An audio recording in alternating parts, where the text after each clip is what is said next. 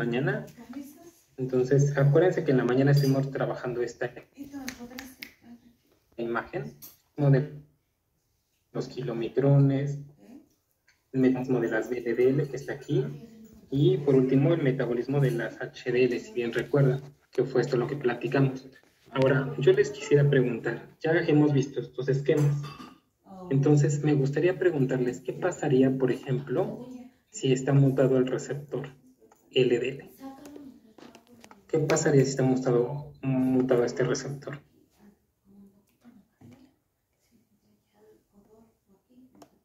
O en el peor de los casos, ¿qué pasaría si no existe el receptor que se expresa? ¿No? Está mutado que ni siquiera se expresa. O sea, no va a estar aquí en las células hepáticas.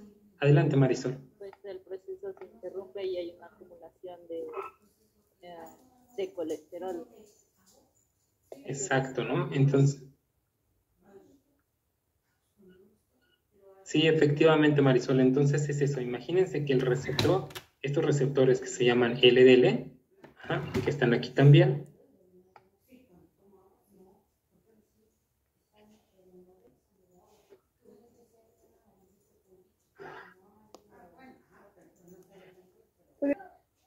¿sí me escuchan? A ver, voy a entrar con el celular. ¿Se escucha, Fer?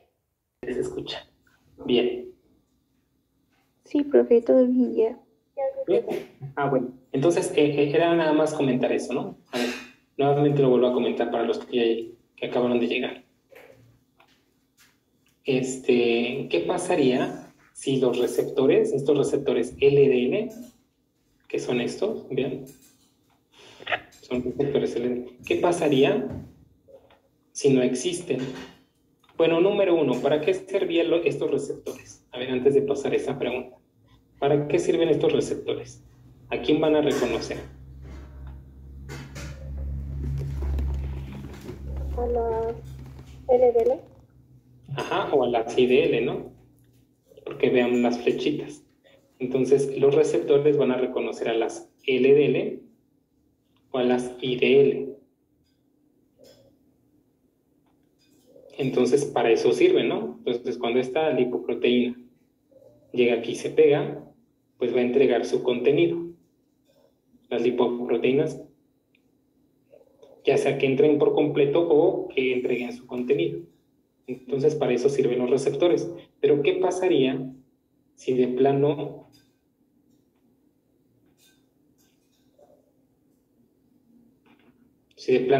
o están mutados o no existen?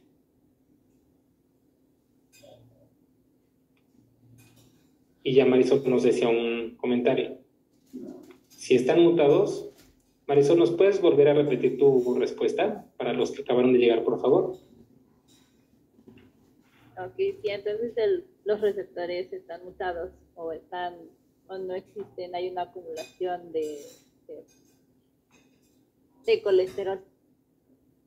Ajá, porque vean, entonces, si están mutados o no existen, pues ni van a poder entrar, ¿no? Ni van a poder entrar las lipoproteínas o no van a poder entregar su contenido. Por lo tanto, como no pueden entrar, van a incrementar estas lipoproteínas, pero ¿en dónde? ¿En dónde hemos estado diciendo que están presentes ellas?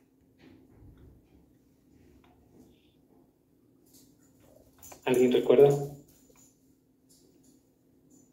Se acumularían en sangre, ¿no? Porque acuérdense que salen del hígado y salen a sangre. Todo este proceso que estamos viendo aquí ocurre en sangre.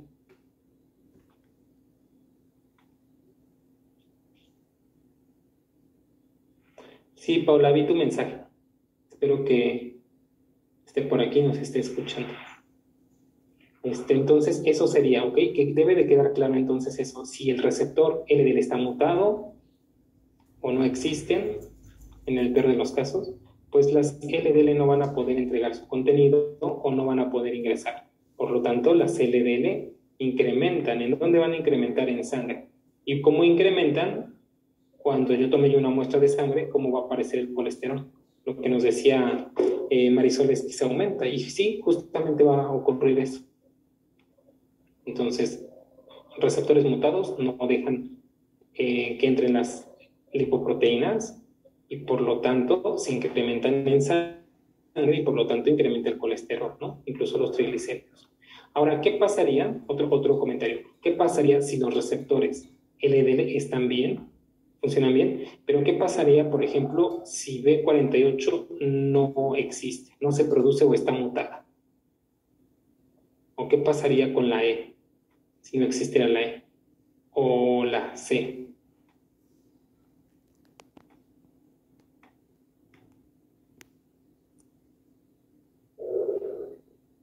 ¿Qué creen que ocurre?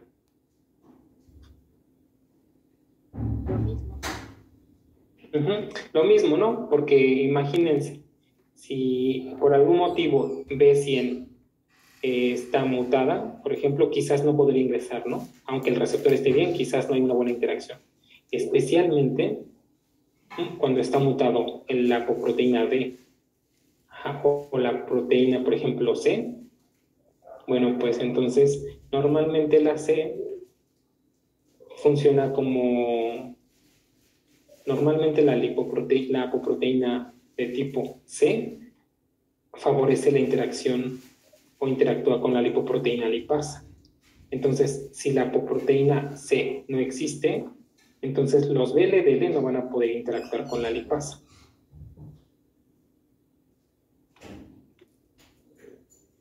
Sí, quería comentar a alguien algo, levantó la mano. Sí, profesor, tengo una duda. Por ejemplo, ahorita que si se alteran o están estas mutaciones y se acumula el LDL, ¿es cuando se generan las placas de ateroma o solamente cuando se consume excesivamente en dieta? Porque no sé si a lo mejor estas mutaciones tengan algún control de alguna otra forma. Fíjate, Daniela, que sí, justo como lo comentas, en realidad serían de las dos formas. ¿Por qué de las dos formas? Porque, por ejemplo, si consumimos en la dieta gran cantidad de lípidos, entonces formaríamos gran cantidad, como son lípidos exógenos, formaríamos primero gran cantidad de kilomitrones, ¿no? Que sería el esquema anterior, lo voy a pasar. Entonces, si tú consumes gran cantidad de lípidos en la dieta, pues formarían gran cantidad de kilomicrones. Y entonces, pues va a estar elevado, ¿no? Estos niveles de kilomicrones. Y entonces, podría ocurrir que como se satura el sistema, por ejemplo, se entrega lo que requieren las células. Pero dado que hay gran cantidad de kilomicrones, podría ocurrir que se forme gran cantidad de remanentes de kilomicrones y esos remanentes, como son pequeños, sí podrían entrar al endotelio vascular. Sería una forma. Adicionalmente, como les comentaba, cuando la apoproteína C está generalmente mutada, no favorece la interacción con la lipoproteína lipasa. Entonces los kilomicrones no liberan el contenido de triglicéridos. Y esto ocasionaría un incremento en los lípidos en sangre, especialmente de colesterol y de triglicéridos.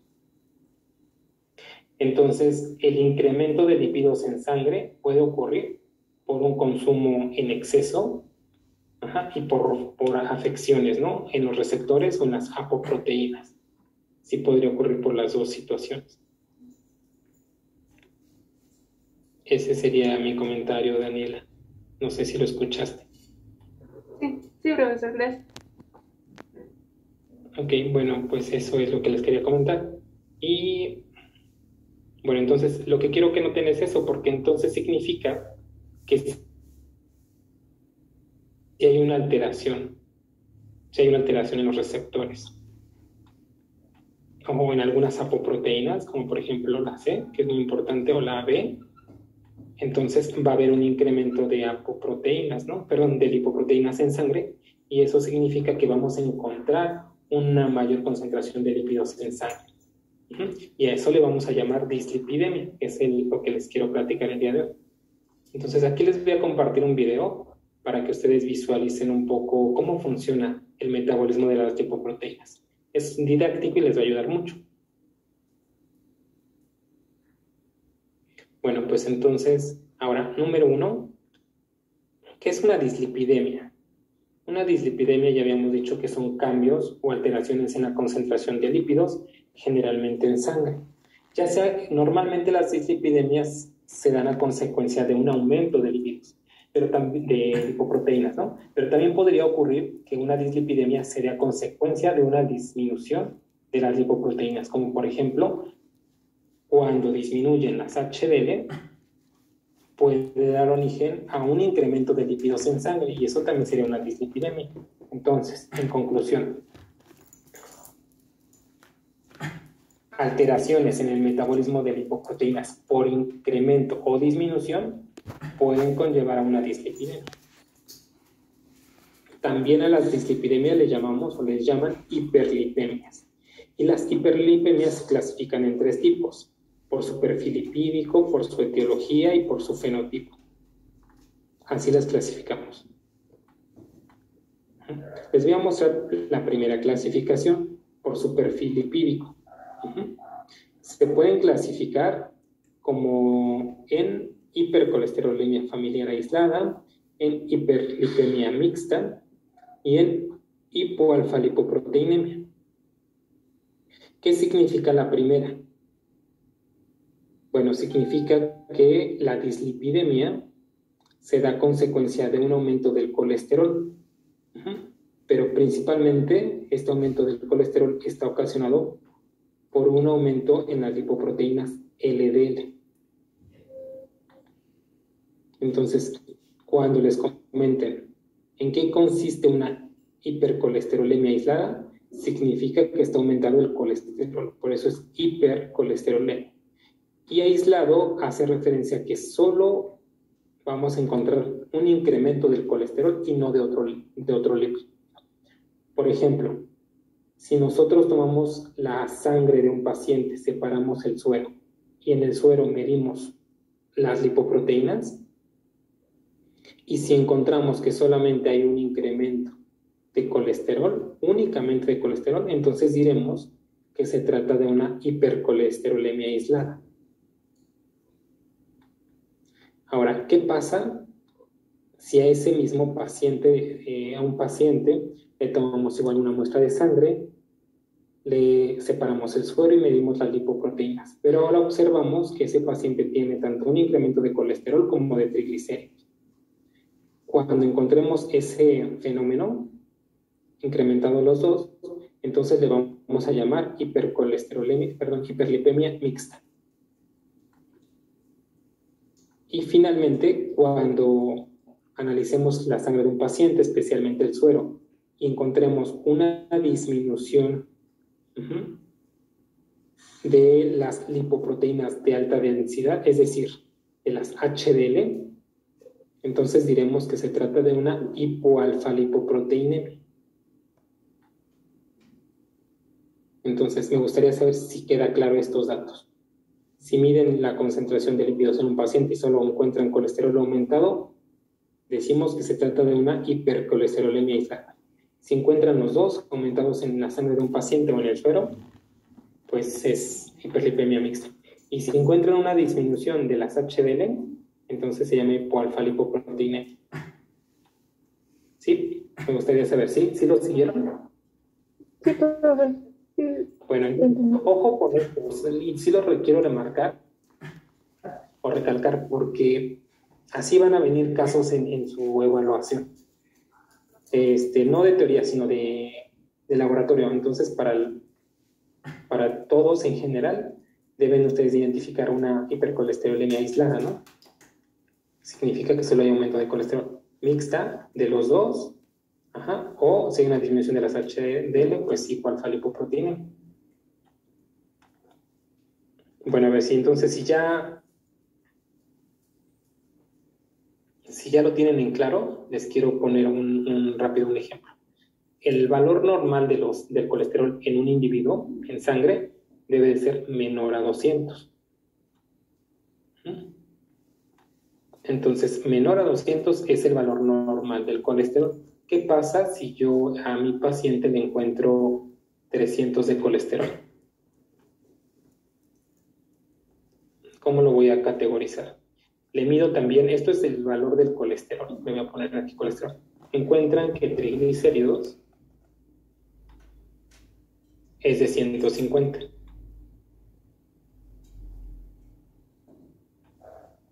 Ahora, el valor normal de los triglicéridos justo es 150. Menor. Ok, a ver, les voy a dar los valores normales. Entonces, el valor normal del colesterol es menor, colesterol es menor a 200. El valor normal de triglicéridos es menor a 150. Si yo a mi paciente, estamos hablando de un paciente, le tomamos sangre, separé el suero y le medí el colesterol y me dio 300.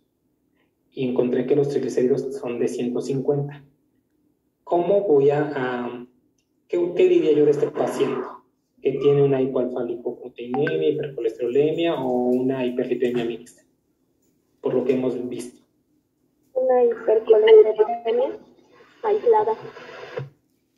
Ajá, sí, para todos sería igual, la misma respuesta o alguien comentando algo diferente. No, lo mismo. Sale, entonces, esto sería en este paciente, si solo medimos estos dos, diríamos que se trata de una hipercolesterolemia aislada, ¿no? Porque el único valor alterado es el del colesterol, está aumentado 100 unidades, ¿no? Y los triglicéridos pues están dentro del límite. Entonces, hipercolesterolemia aislada. Ahora, enseguida, les voy a dar otra clasificación. Acuérdense que les dije que las dislipidemias se clasifican en 3 tipos, ¿no? Y la segunda clasificación es por su etiología. Entonces, las dislipidemias se pueden clasificar en primarias. Se dice que son primarias si la causa es genética.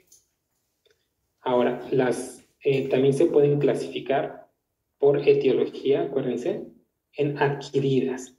¿Y cuándo le llamamos que una dislipidemia es adquirida? Pues es a consecuencia de los hábitos que lleva el individuo, ¿no?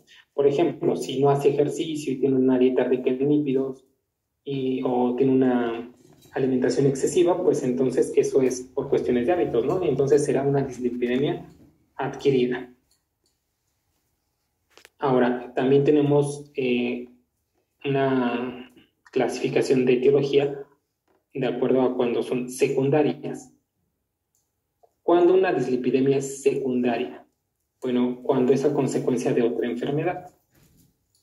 Por ejemplo, los diabéticos normalmente mal controlados cursan con dislipidemia. ¿Ok? Entonces, es claro, estos datos son los que les quiero compartir. ¿Sí son claros? Esta es otra forma de clasificar las dislipidemias primarias, si se generan por una causa genética, adquiridas si se generan por hábitos, y secundarias a consecuencia de otra enfermedad o patología. ¿Sí? ¿Todo bien? ¿Lo van siguiendo? Sí, profe. Sí, todo bien. Gracias. Ahora, aquí les voy a mostrar una tablita nada más como para que vean ejemplos. Les voy a mostrar ejemplos de esto, de dislipidemias clasificadas por etiología, pero que son adquiridas, ¿no? Entonces, algunas dislipidemias son adquiridas. ¿Cuándo podemos adquirir una dislipidemia? Vean, por consumo excesivo de grasas y de colesterol, ¿no? En la dieta. Ácidos grasos trans, por el consumo excesivo de alcohol. ¿Por qué el alcohol? Porque acuérdense que el alcohol, cuando se consume en el cuerpo humano, se puede utilizar como fuente energética. Y entonces, si consumes alcohol y además consumes tu dieta, tus alimentos, pues entonces estás metiendo gran cantidad de energía, ¿no? Y esa cantidad de energía metida, pues se puede transformar en lípidos y puede ocasionar una dislipidemia.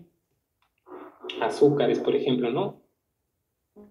Sobrepeso, obesidad, inactividad física o el tabaquismo. Eso es solamente para que vean dislipidemias adquiridas, que son a consecuencia de los hábitos. Acuérdense. Ahora les voy a mostrar también, pero ahora de las secundarias. Es decir, una dislipidemia que se genera a partir de otra patología. Solo igual para que lo tengan en consideración.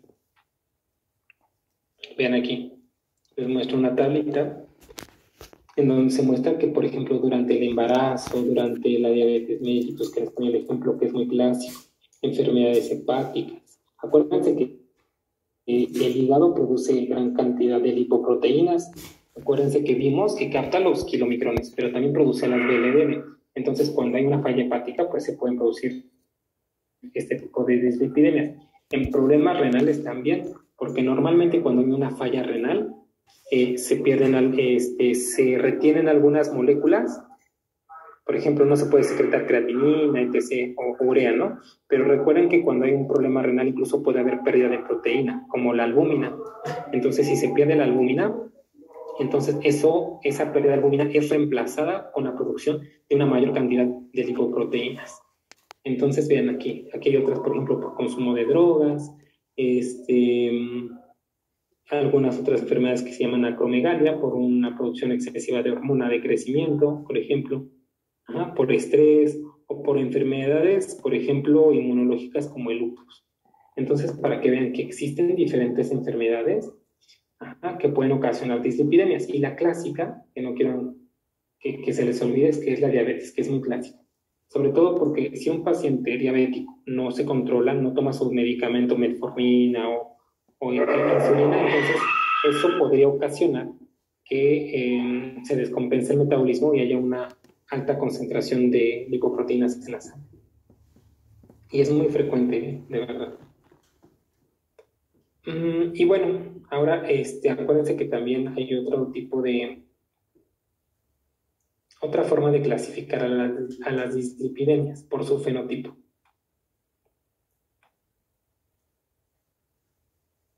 Entonces me voy a regresar para que vean.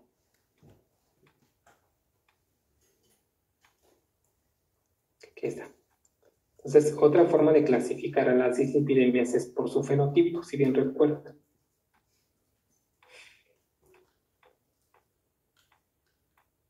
¿Qué sería esto? Y entonces las dislipidemias se clasifican de acuerdo al fenotipo. ¿Qué significa eso?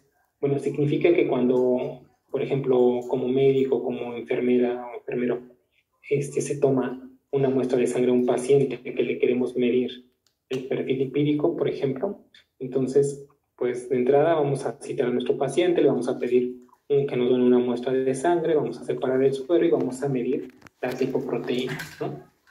Todas las lipoproteínas que conocemos, las clásicas. Y entonces, si yo observo que solo tiene incremento unos kilomicrones,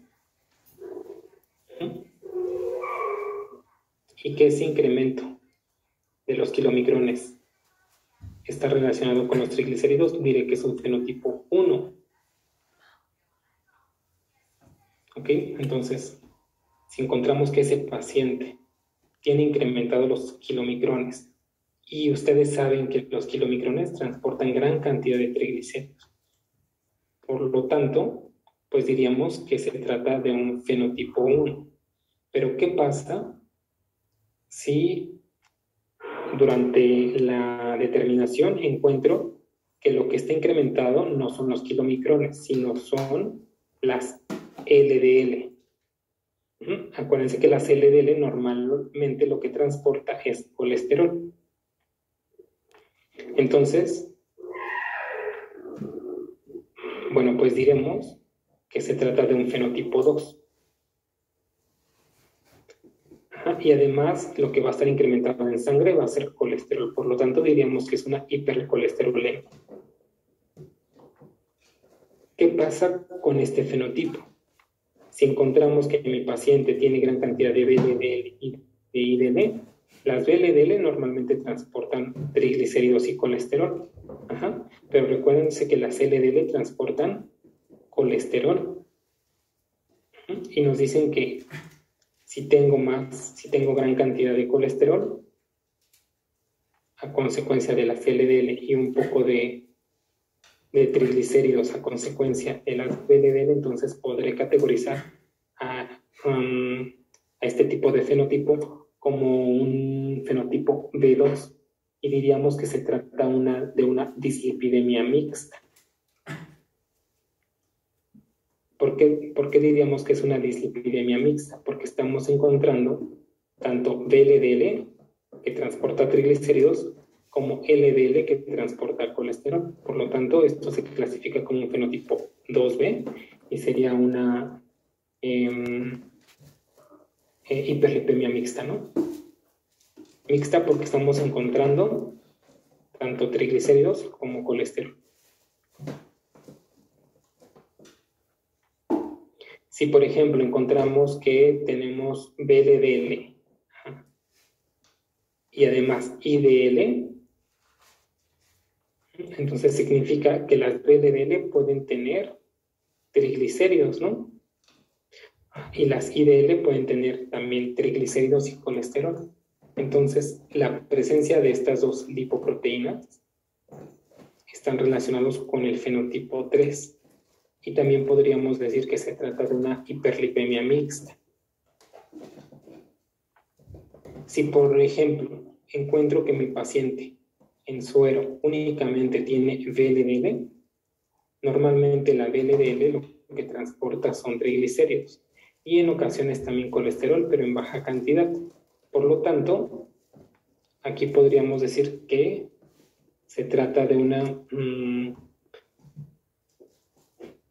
podríamos considerarlo como una hiperlipemia mixta, o solamente una hipertrigliceridemia, dado que el incremento en mayor proporción son los triglicéridos.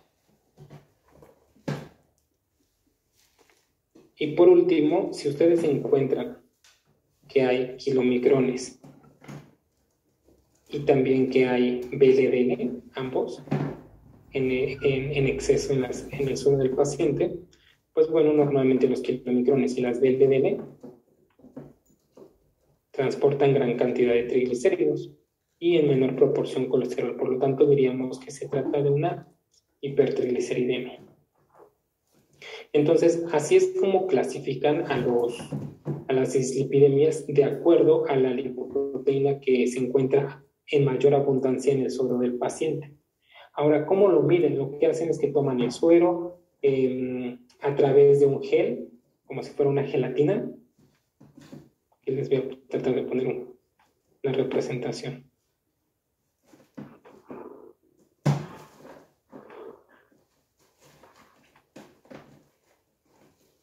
Entonces aquí, por ejemplo, esto es como si fuera una gelatina, como ustedes la conocen.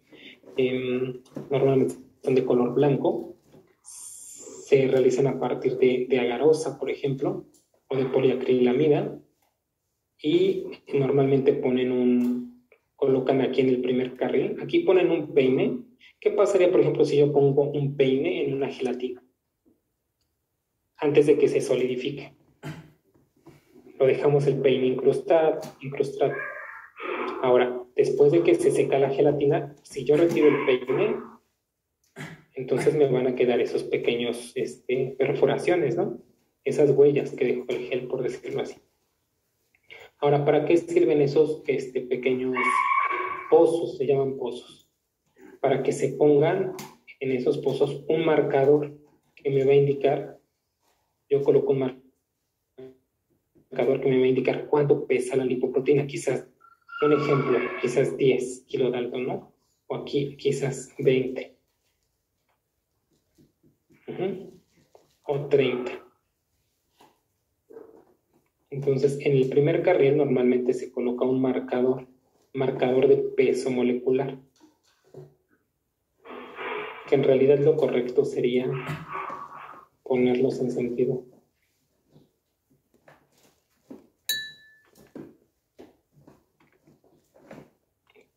Es aquí 30, porque lo más pesado se queda arriba, quizás 20 y quizás lo más ligero es lo que viene aquí abajo, de 10. Entonces, aquí colocamos algo que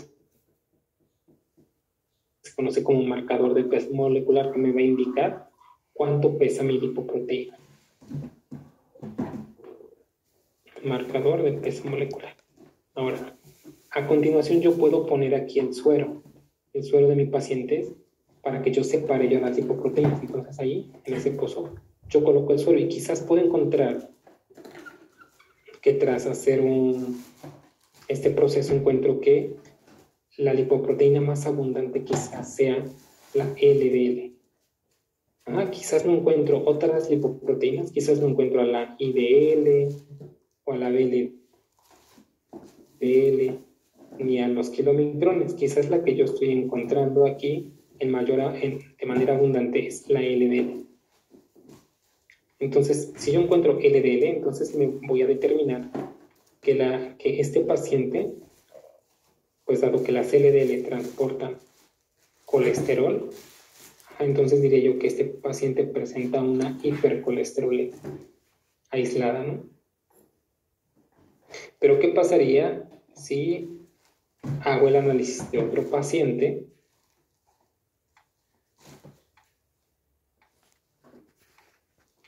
y resulta que encuentro que tiene